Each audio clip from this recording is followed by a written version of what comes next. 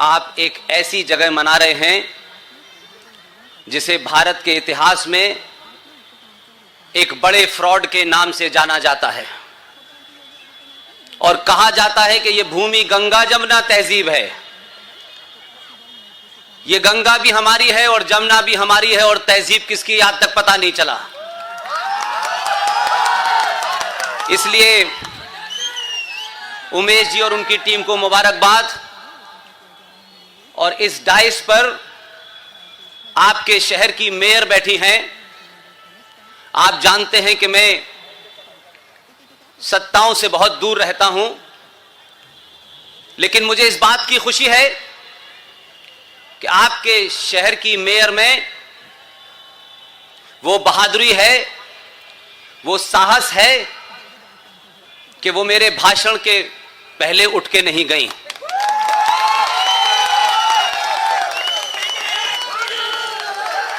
ये बात मैं इसलिए कह रहा हूं, सत्ताएं और सरकारें आदमी को झूठ बोलने पे मजबूर करती हैं। बड़े कम लोग हैं इस देश में जो सत्ताओं पर रहते हुए सच बोलने और सुनने की हिम्मत करते हैं। इसलिए मैं कोशिश करता हूं कि ऐसी जगह न जाऊं जहां मुझे झूठ सुनना पड़े, क्योंकि इस देश को, सनातनी हिंदू समाज को झूठ सुनने, झूठ बोलने और झूठ अच्छा लगने की आदत डलवाई गई है। और मैं उस सफ में, उस लाइन में नहीं खड़ा होना चाहता। शायद यही वजह है कि राजनीति के जितने रास्ते जाते हैं मैंने सब बंद कर दिए हैं।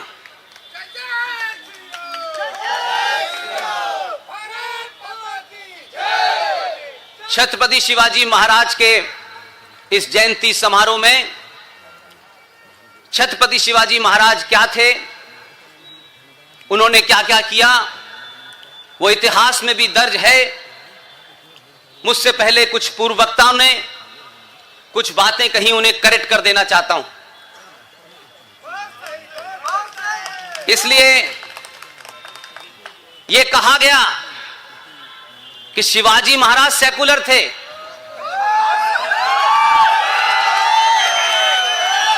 मेरी बात को तथ्यों पे सुनिए, मैं कोई बात रिटोरिक्स में, भावनाओं में नहीं कहता हूं। जब शिवाजी महाराज थे तब सेकुलर शब्द पैदा भी नहीं हुआ था। लेकिन सत्ताओं की बीमारी यह होती है कि राजनीतिक स्वार्थों के लिए आप ऐतिहासिक पुरुषों के लिए कैसा इस्तेमाल करते हैं। इसलिए मैं कहता हूं कि दुनिया में अगर सबसे बड़ा झूठ और फरेब हमारे इस तथाकथित आजादी मिलने के बाद अगर बोला गया तो उस शब्द का नाम है सेकुलरिज्म।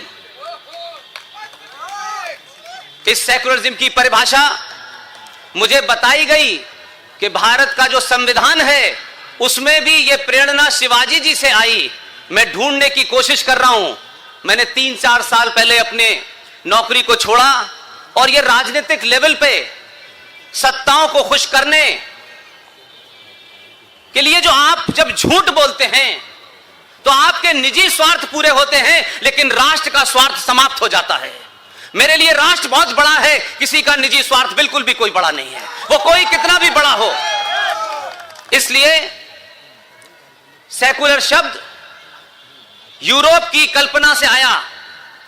यूरोप के अंदर जो उस वक्त के किंग हुआ करते थे, राजा हुआ करते थे, वो चर्च से चला करते थे। तो वहां इस बात की चर्चा हुई कि ये जो राजा है जिसके पीछे चर्च एक डायरेक्शन देता है, कहीं ऐसा ना हो जाए कि जो लोग चर्च के नहीं मानने वाले हैं, नास्तिक लोग हैं या क्रिश्चियन नहीं हैं, उनके साथ अन्याय ना हो जाए। लिहाजा राजा का कोई मजहब नहीं होगा, राजा सेकुलर होगा। यह वहां से कल्पना चली। लेकिन भारत का इतिहास हजारों साल का यह बताता है कि भारत में हजारों संस्कृतियां आई, यहां आक्रांता आए, हर मजहब के आए, इस्लामिक आक्रांता भी आए, ईसाई आक्रांता भी आए। उसके बावजूद भी भारत की धरती ने कभी उनके मजहब के नाम से उनके साथ डिस्क्रिमिनेशन नहीं किया।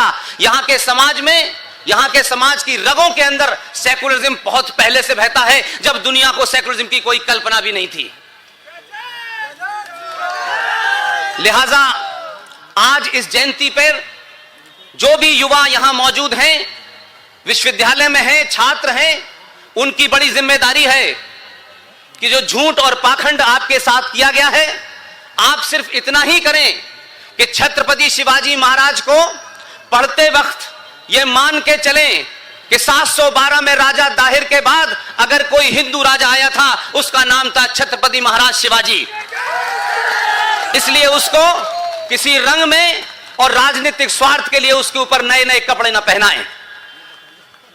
इस सेकुलर शब्द का जब भारत की संविधान बन रहा था, दिसंबर 1948 में जो संविधान सभा के अंदर जितनी भी डेलिब्रेशन चल रहे थे, तब भी किसी साहब ने सेकुलर शब्द की बात कही थी। उस वक्त संविधान सभा में जब सेकुलर शब्द पे डिबेट आई, तो एक महान नेता ने खड़े होकर के कहा कि भारत की संस्कृति, हमारा सनातन किसी सेकुलर शब्द का मोहताज नहीं है। भारत की धरती में अनेक लोग आए, अनेक लोग बसे, उन्होंने अपने धर्मों मजहबों के हिसाब से अपने रीति रिवाज किए, लेकिन कोई डिस्क्रिमिनेशन नहीं हुआ। लिहाजा भारत के संविधान में किसी सेकुलर शब्द की आवश्यकता नहीं है। और ये जो हम भारत का संविधान बना रहे हैं, ये भारत सरकार कैसे चलनी चाहिए इसलिए बना रहे हैं। भारत का समाज कैसे चलेगा ये संविधान तय नहीं करेगा।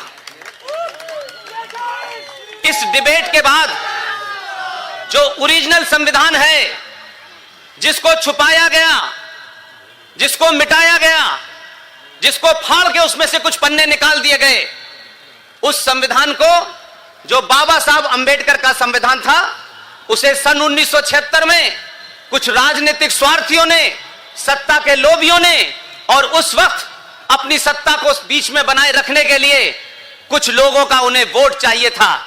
इसलिए रात के अंधेरे में जब देश के तमाम नेता और बुद्धिजीवी जेल में थे, यकायक मैडम इंदिरा गांधी ने भारत के संविधान के प्रियम्बल में आपने सोशलिज्म और सेकुलरिज्म का शब्द डाला। और उससे बड़ा अपराध क्या किया, जो आज भी जारी है। इसलिए मैं कहता हूं, शब्दों का चयन, शब्दों का उच्चारण बहुत महत्वपूर्ण होता है। और जो लोग उर्दू जानते हैं, क्योंकि लखनऊ शहर है, कैप्टन सिकंदर रिजवी जो हिंदू राष्ट्र शक्ति के संस्थापक हैं, मैंने सुना है वो भी यहां आए हुए हैं। उर्दू में बहुत छोटी सी बात है, शब्द का अनर्थ कैसे होता है। जिन लोगों ने उर्दू पढ़ी है वो इस बात को जानते हैं। अंग्रेजी में जिसे डॉट कहते हैं, उर्दू में उसे नुक्ता कहते हैं। अगर नुक्ता ऊपर लगा हो तो खुदा होता है, और नुक्ता नीचे उतर जाए तो जुदा हो जाता है। इसलिए ध्यान रखें, शब्दों के साथ खिलवाड़ न करें अपने राजनीतिक स्वार्थों के लिए।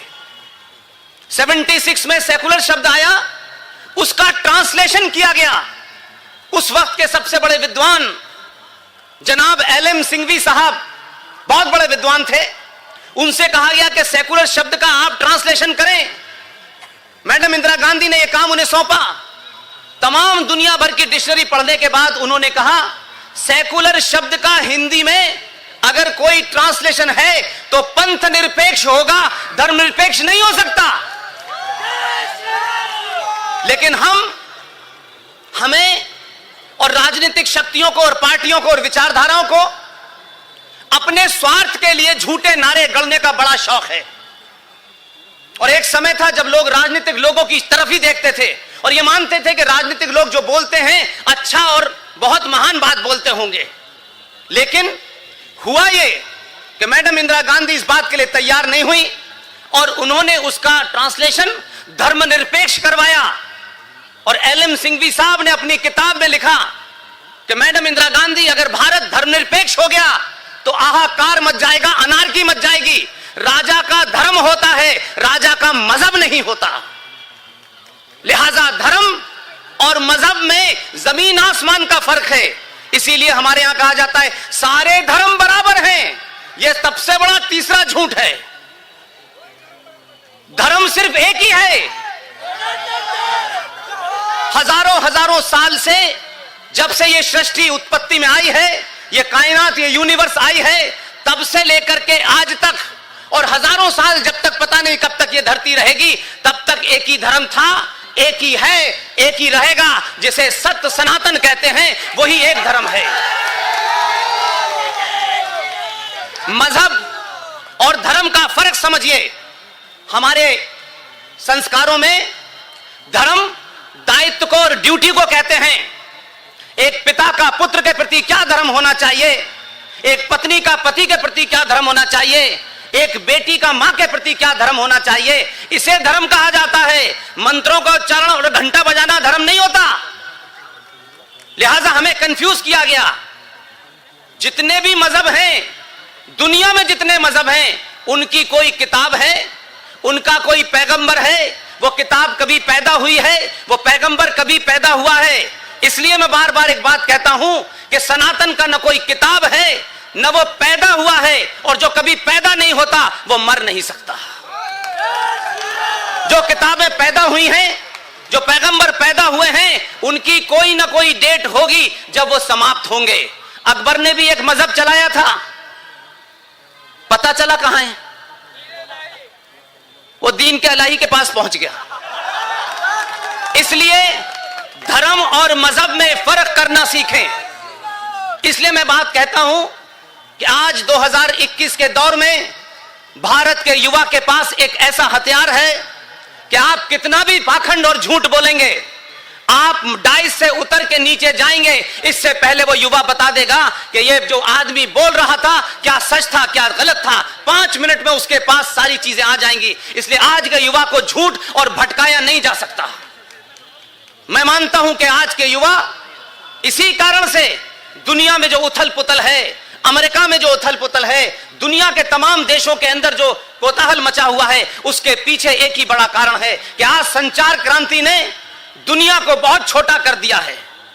इसलिए कौन राष्ट्र के साथ है और कौन राष्ट्र के खिलाफ है, यह बिल्कुल ओपन है। लिहाजा एक और हमारे राजनीतिक लोगों ने बहुत दिन तक यह नारा चलाया, मजहब नहीं सिखाता आपस में बैर रखना, हिंदी है हम वतन है हिंदुस्तान हमारा। अरे ये मजहबी है जो आपस में बैर रखना सिखाता है, यह सिर्फ धर्म है जो पूरी दुनिया में बैर रखना नहीं सिखाता। इसलिए अपने अपने नारों को, नैरेटिव को करेक्ट कीजिए। ये 2021 में नैरेटिव की लड़ाई है और आपने गलत नैरेटिव पैदा कर लिए हैं, इसलिए आप सही तरीके से उसका जवाब नहीं दे रहे। मैं कभी किसी युवा से नहीं कहता कि तलवार उठाओ और गर्दन काट दो। जिनकी किताब ये कहती है वो जाने। मैं आपसे कहता हूं कि आप अपने तर्कों से, लॉजिक से, रीजन से, रेफरेंस के साथ आप अपने दुश्मन को नस्ते नाबूद करें। अगर आप बौद्धिक रूप से मजबूत होंगे तो फिर आपको किसी हथियार की आवश्यकता नहीं होगी। एक डरपोक समाज, मानसिक रूप पे समाज पहले डरपोक होता है, फिर आप उसको कितना भी बड़ा हथियार दे दें वो चला नहीं सकता। लिहाजा मैं मानता हूं कि पिछले 70-80 सालों में इस इंडियन स्टेट भारत राष्ट्र के खिलाफ काम कर रहा था। इसलिए स्टेट में और नेशन में फर्क करना सीखिए। देश, राष्ट्र और सरकार 3 अलग अलग चीजें हैं। देश की परिकल्पना सिर्फ एक ज्योग्राफी के तहत होती है कि भारत एक भूमि का टुकड़ा है, उस टुकड़े के तमाम उसकी सुरक्षा के लिए सेना लगी हुई है, एयरफोर्स लगी हुई है, नेवी लगी हुई है। लेकिन राष्ट्र क्या है? देश और राष्ट्र में फर्क सिर्फ इतना ही है कि राष्ट्र आपके सरोकारों से, संस्कारों से, संस्कृति से, आपकी आस्थाओं से चलता है, और राष्ट्र को समाज चलाता है और देश को सरकार चलाती है। पिछले कई सालों में मैं लगातार यह देख रहा हूं कि आज के युवा को, सत्ताओं में बैठे हुए लोग समाज को पूरी तरीके से पॉलिटिकली ड्रिवन कर रहे हैं कि हर आदमी यह मान के चले कि राजनीति ही उसका अंतिम लक्ष्य है। जिन लोगों को सत्ता प्राप्त करनी है उन्हें करने दीजिए, लेकिन जिनको राष्ट्र से प्रेम है, अपनी आस्थाओं से प्रेम है, अपनी पहचान से प्रेम है, अपने सरोकारों से प्रेम है, अपनी संस्कृति से प्रेम है, अपने इतिहास से प्रेम है, वो तमाम सारे लोग राजनीतिक सत्ताओं के पीछे भागने से अलग हों और राष्ट्र निर्माण में लगें। तभी ये देश बचेगा। इसलिए आज ये कहा गया, भारत के आर्मी चीफ ने कहा, खुल्लम खुल्ला कहा, लेकिन हम समाज को इतना स्वार्थी बना चुके हैं कि हमें सच बात अच्छी नहीं लगती। भारत के आर्मी चीफ ने कहा कि ये जो भारत है ये 2.5 युद्ध में ग्रस्त है। भारत के पश्चिम में एक मुल्क है, भारत के पूरब में 2 मुल्क हैं,